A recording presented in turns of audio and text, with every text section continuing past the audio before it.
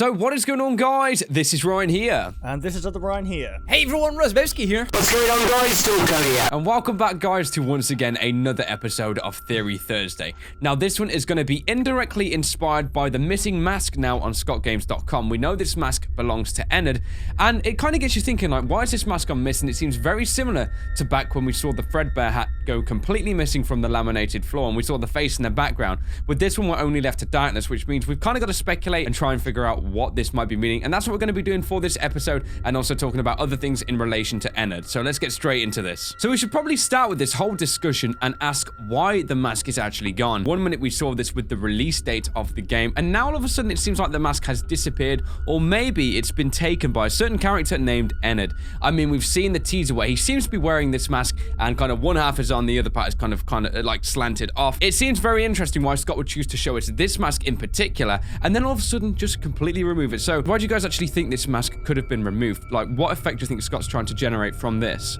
Well, we know Scott likes to add suspense and tension. I think he's doing it primarily to build up hype for the game. For example, with the whole Freddy hat, after Five Nights at Freddy's 4 was released, I believe it was. Was it after Five Nights at Freddy's 4 with the Freddy hat in the spotlight? Yep. No. Yeah. 3. That was before. No, that was 3. This was to the introduction of FNAF 4.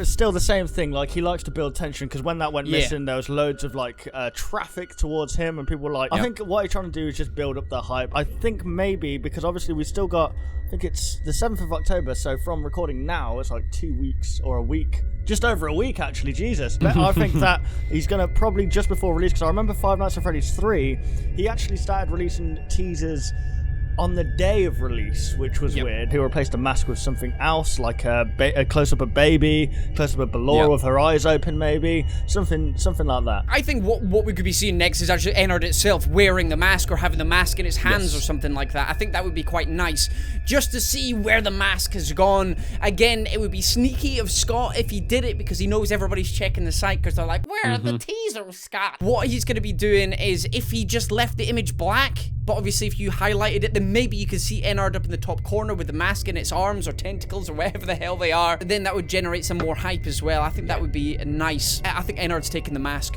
Again, we've been talking about this for weeks on end now, that in the control module, the main control module room, you've actually got Ennard's mask, you've got this mask on the wall, and we've talked about a feature that we know if this mask disappears, then Ennard is out and about. We've already compared the Ennard teaser that we saw on ScottGames.com to this mask, and Ennard is wearing the mask we see here.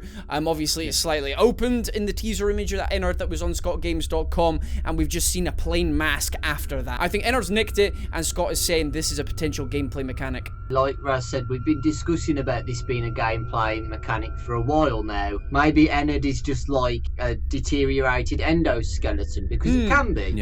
It doesn't have to just be wires. It will still have its endoskeleton face, which would be really cool if we saw it somewhere roaming around. And it has to get like the mask or a hat. I don't know whether it's just going to be the mask for him to kill us. It could be. I'm just trying to think of any other parts he could need to kill us, but I don't. Why would he need the mask anyway to kill us? But it's just a gameplay mechanic. We don't have to discuss deeply about that, why he needs the mask to kill us. Maybe he wants to, like, you know, kill us in style or something. But he's got his face on. He can't go out in public without his face on. Yeah, exactly. But yeah, it could be something like that. And if it is a gameplay mechanic, it's a good teaser. The mask is gone. The next teaser is going to be Ennard possibly holding the mask or wearing the mask, instead of just having just a face up reveal like he did on Ennard's teaser before. Maybe we get to see some of his parts and more of his body. Yeah, it is interesting, because like we don't really understand why Ennard is fixated with this mask. That's actually something I've been really thinking about, because we know the mask is situated just above the control panel. It's like we can see this mask. It seems to be like just above a fan, and then there's like some kind of ventilation crawl space just underneath. So that means if Ennard is trying to get this mask, he has to make his way into your office, collect the mask, and then like leave or something perhaps, which means that maybe Ennard directly might not be trying to kill you. We've got teasers like when he's wearing this mask and he seems to be alive and he's saying there's a little of me in every body. Maybe when he gets this mask, something is triggered. Maybe he becomes like this alter ego. Maybe it's like the face of a killer sort of thing. Maybe Scott's trying to go a bit cliche with this. The fact that it's saying like there's a piece of me in every body, that might be referring to all of the other characters. So perhaps the characters might be trying to kill you initially, but maybe when Ennard actually gets the mask, it changes his kind of character. Maybe he's more aggressive, maybe it makes all the other animatronics much more aggressive, and maybe it's a much more difficult way to survive. Like, I think this is going to be a mechanic, but it's going to be deeper than just literally putting a mask on and being next to irrelevant. The fact that Scott's teased this mask now is like potentially the final thing before the release date. This mask is very, very important. Well, it could be like, what's it, Jacqueline, is it Jacqueline Hyde with like the split Jekyll and Dr. Hyde. Jekyll and... Kind of a split. What horrible night to have a curse sort of thing. Kind of a split personality where like he does put on the mask and he becomes this unbearable creature. Whereas like him without the mask on, it's kind of he's just disrupting the electronics and something. But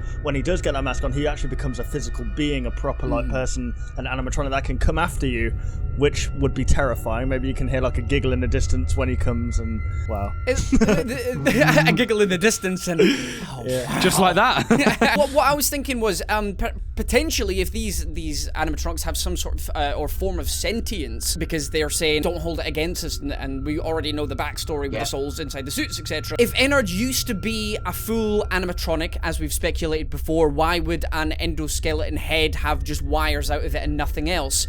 And along with the phrase, there's a little of me in everybody. If he has been cannibalized to service the rest of the robots, then he's been ripped apart. He's been taken apart, and his once pristine body is gone. It's no longer there, and maybe this mask was always once a part of him, so he wants to go get this mask and it helps him feel whole again, and this would maybe serve as some into his revenge tactic. Why does he attack you? Why does he go after you? Because he sees you as somebody who has torn him apart. If we're going along the same storyline as before, his body was destroyed once as a child or an adult or whatever and put into a suit, and then the suit was destroyed again. How much luck? How many times is this guy gonna have bad luck? So maybe he wants to rebuild himself, and then if you're getting in his way, then he takes you out. It could simply be a case of if you avoid him, then you're fine. If you're in the wrong room at the wrong time, then he'll kill you. But if you somehow manage to get away from him and never encounter him in the same room, then maybe you're okay.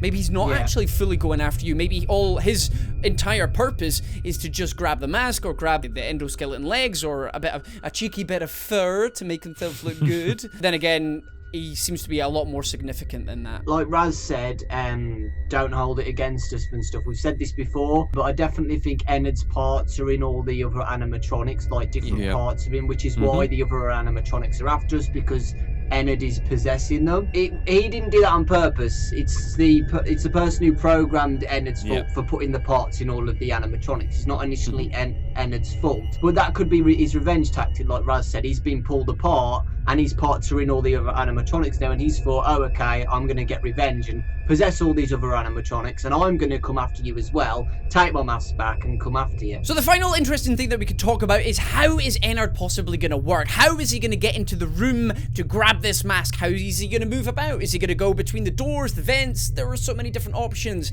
Boys, what do you think? How's Ennard gonna get about the place? I think he's gonna be like a Mangle type of character where he can climb using his, because to be fair, we haven't really seen his fully body, but we know he's got a lot of wires. So I think he's going to be hard to see in the corners of rooms or something, climbing the walls in corners. To be fair, I think he could fit through the vents because, like I said, he's just full of wires. So I think he could fit in vents and climb through the vents, but also go through the doors as well. So maybe it's possibly the only animatronic who could do both. I think it'd be really interesting as well if he can come through the ventilation system. Like, imagine if there's such a situation where you've got to head through that ventilation system and you're greeted midway by him, you run into him. I mean, that's going to be a jump scare and a half. So maybe the ventilation system, there may be a way, like an uproute, maybe like as we run through, there might be like I can't remember exactly what they call them, but it's where you can see and look down through them. Maybe he can open the hatch, climb straight in. Another thing as well, because obviously we know that Ennard is going to be the more mangled and, well, the character that we're probably not going to be seeing displayed on front for all the kids and the people who are going to this attraction to see. He's probably going to be in that parts and service room, which is located towards the side of the Funtime animatronics we've seen before. We actually have, like, the center room room, and we've got the parts and service here, and we've got like the breaker room over the other side. So I think he's going to disrupt the wires of some kind.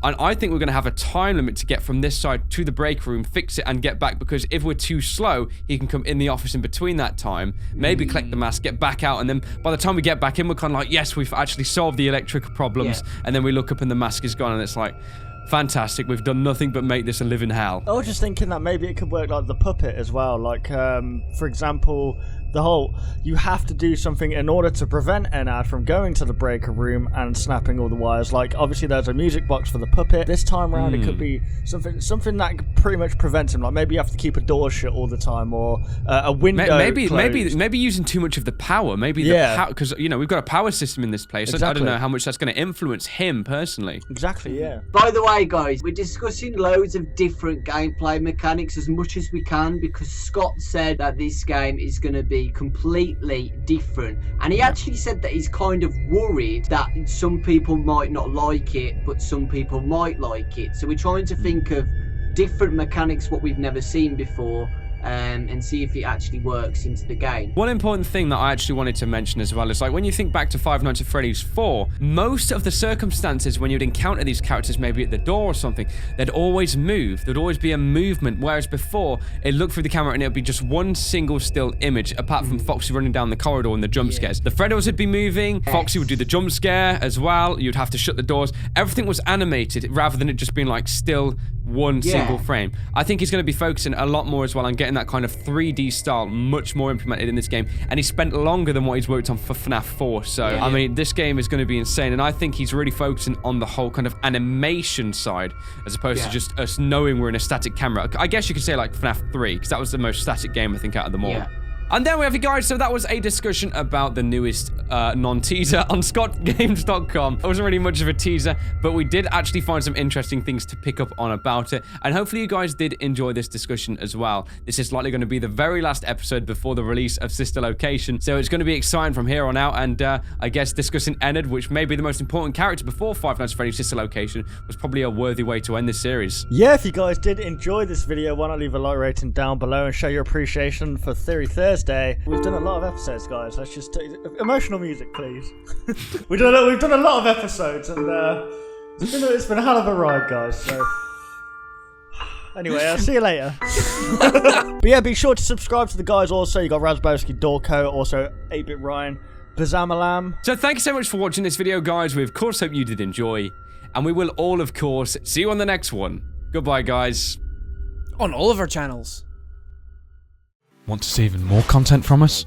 Consider liking and subscribing to ensure you'll see all content in the foreseeable future. And hey, why not check out our past 2 videos?